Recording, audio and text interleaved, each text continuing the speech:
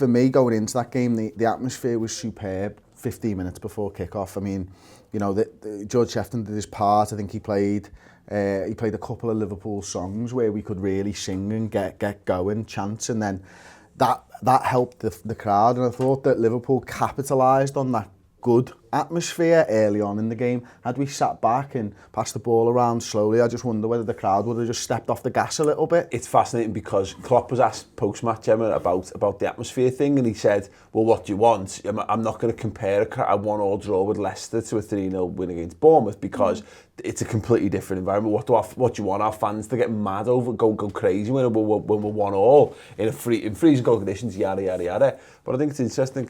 I think Chris is onto something. Like, I wonder whether Klopp, knowing that this was going to be happening because it'd been talked about in the build-up, that we were going to go and we were going to generate an atmosphere, and he's almost thought, I need to give them something to cheer about here. And it was a bit of a wobble early on, which we rode out. But I think that both sides and atmosphere kind of married very well together.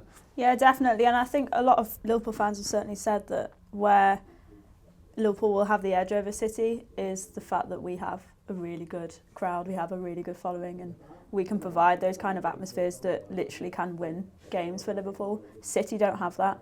So I think after seeing those two draws, everyone came together as a fan base and they thought, look, we've got to work with the team. It's not just the team that are in this to win the title. The fans play a massive part. Yeah. Klopp knows that, and he's spoken about that all season. Like you say, he can't expect the fans to get excited over a 1-1 draw, but he knows that Liverpool fans will always be there. So if he sort of eggs them on a little bit, and if the players egg them on a little bit, then the Liverpool fans will be there straight away. Yeah, all the songs and all the stuff we've got around Liverpool is brilliant. But there's a danger of us just being just that.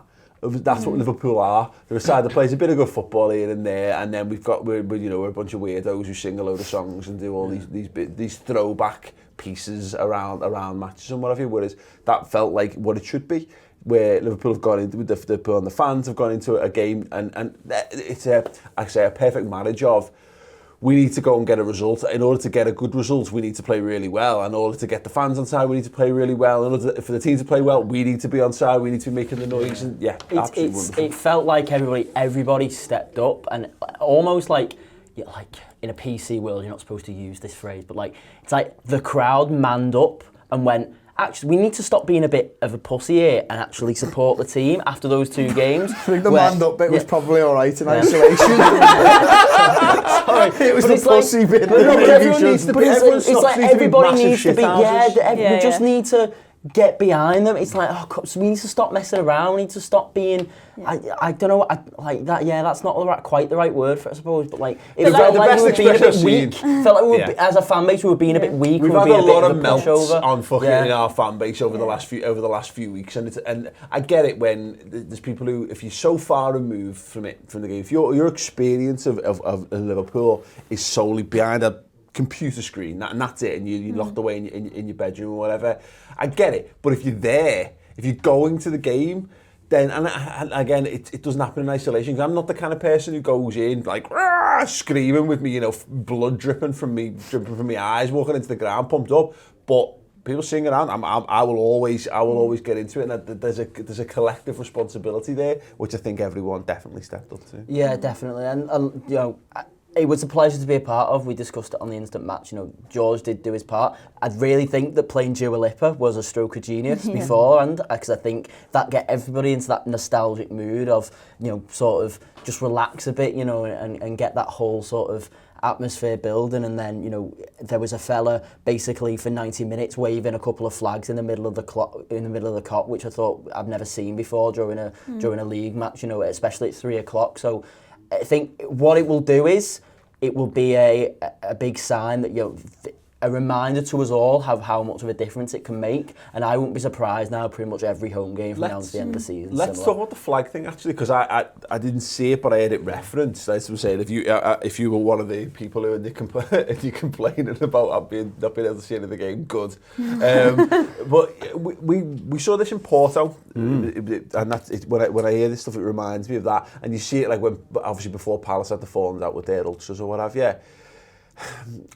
That's what the cops should be, and I get there'll be people whose noses are put out of joint if you're paying all that money and you can't see the game, yada yada yada.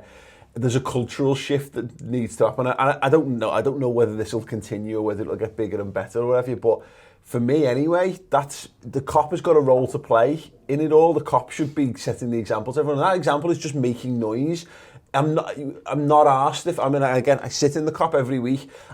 When you're up in the back section at 305 whatever and you're singing constantly, you don't really take the game in anyway. And so I get it if you go into the football to watch the football. Listen, if you go into the football to watch the football, you don't go and sit or stand in the cop. Yeah. It's not a good view. It's pretty much the worst view you can get in the stadium. You know, go in the main stand upper if you want a telly view. Paddock's bad.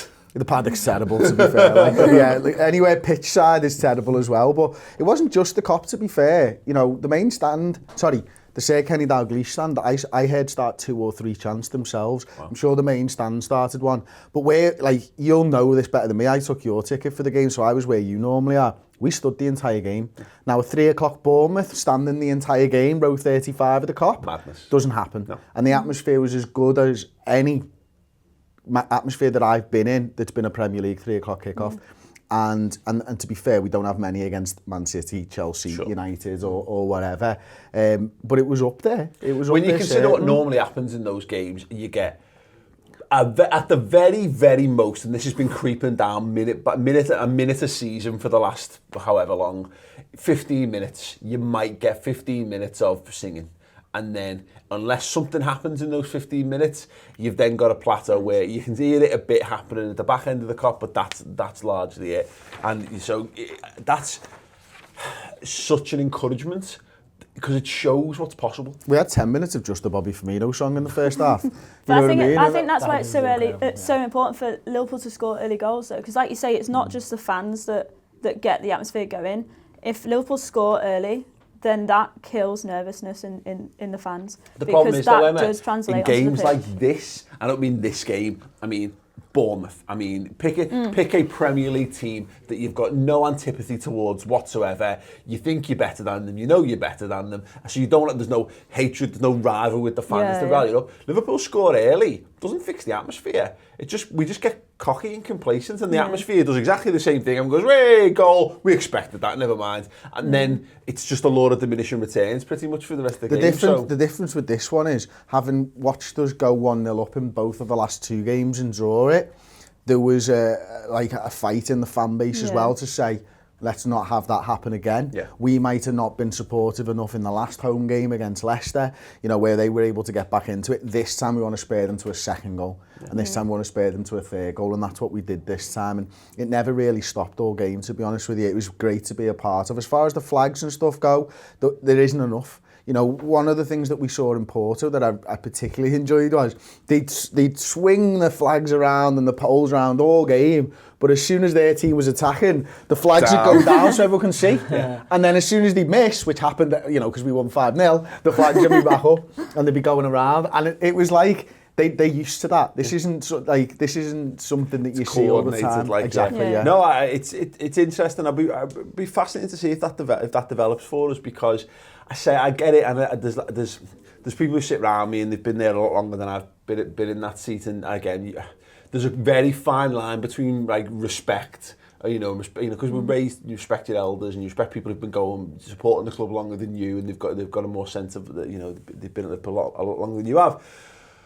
But I think being a football fan is a young person's game, And my dad said, he used to go to the cop as a kid. He was one of the old ones, climbed up the old boys' pen and all that kind of stuff. But he loves his seat in the upper Kenny stand because he likes watching the football. He goes there to watch the football, to analyse what he sees, he gets something different. Whereas I personally, and whether I'll stay like this, I don't know. But right now, and I know Tom has a similar thing. Whenever we've had to sit in, when we get those tickets and we've sat up there, I hate it. I feel constrained. I feel restricted. I much prefer to be stood up and singing. You want to be a part of the football.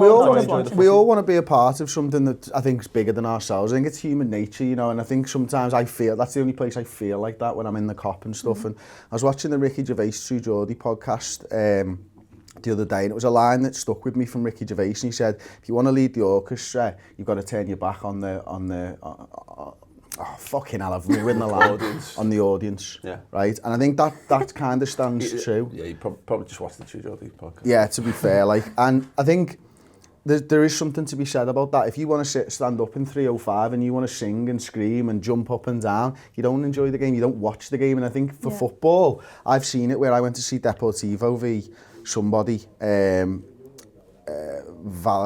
You're nailing this, Chris. I went to see Zaragoza versus Deportivo years ago in Spain, and it was in Zaragoza, and there was a load of people at the front, and there was this woman in a church gear, a Sunday best, and she turned her back on the crowd, on the game, and orchestrated the entire fan base. Yeah. And that's the type of thing that I think sometimes we'll need, is a few people, and you see it from some away fans, that they'll turn around and lead. We saw it in America. Hoffenheim did it at the Etihad. I think that you kind of need that sometimes, where people are going, we're here to support the team. And if us supporting the team means that I don't get to watch the game, then I'm totally fine with that. And I think we need those type of leaders. Yeah, and you know what the problem, the biggest problem we have, and this is a fundamental flaw of us as people, Scousers, is that sometimes we're a bit too cool to clap. We say this about music all the time, like, and also we don't like being told what to do. So what I thought was great about that was a proper grassroots organisation that happened ahead of that game. You know, it ended up on social media, but you got it by a text. You got it sent from someone who knew someone who's involved in all this stuff. Go and spread the word. Go and put this out. And it wasn't like you know, if I was standing in front of it, people go, well, you've got a big audience, you've got a big thing of that. If it came from us, it wouldn't work. It'd be fucking weird, because there's loads of people who just, you know, we don't, you know, people don't relate to us, you know, and that's fine.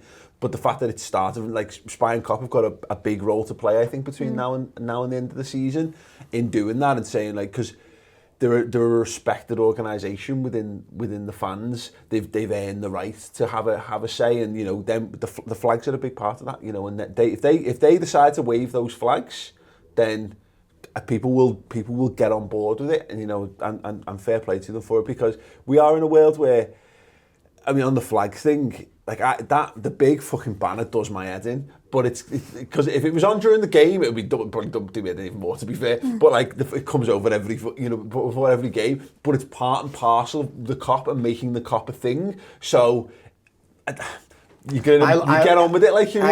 I loved it this week because there was a slight wind in the stadium, so it blew up. So you didn't have to touch it, put your arm in the air, which was great. Like, and then I got some nice footage actually of like Shankly's face and Paisley's face and all that type of stuff. But genuinely, like, what those lads at Spy and Cop are doing is brilliant, because it's for the team, and I think everybody recognises that. And as you say, because it's coming from grassroots, I think people can get behind it.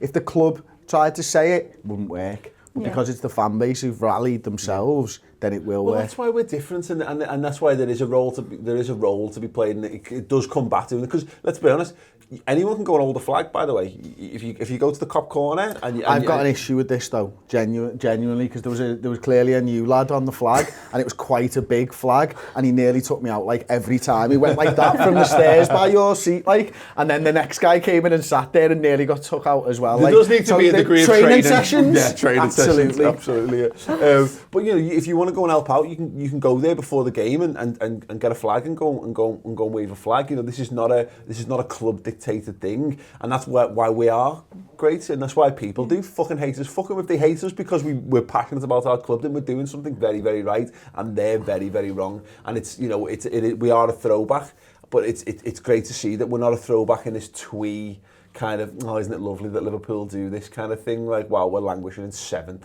in the league. We're able to do these things, and we're able to get to European Cup finals and challenge at the top of the league. So more of that, please, hopefully in the weeks and months to develop. Because if we get that right, it's like we talked about Man United for years winning the league. You win the league, and then your young players who've won it become your old players who've won it, and they teach the next young players how to win it, and they win it, and then the cycle repeats. If we can do this and we can get this up and running now, because entitlement's our biggest issue, and people, and that fear, the fear is not incorrect from the fans that Liverpool fans will be fucking unbearable. But Liverpool fans, there'll be a lot of Liverpool fans who would be unbearable if we did it at a canter, and if we did it without having to really sweat for it. And I know 29 years is a fair degree to sweat for it regardless.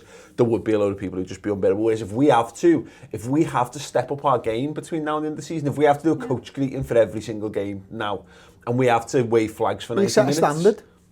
You set a standard for next season, the season after. It just becomes a norm, doesn't it? Yeah.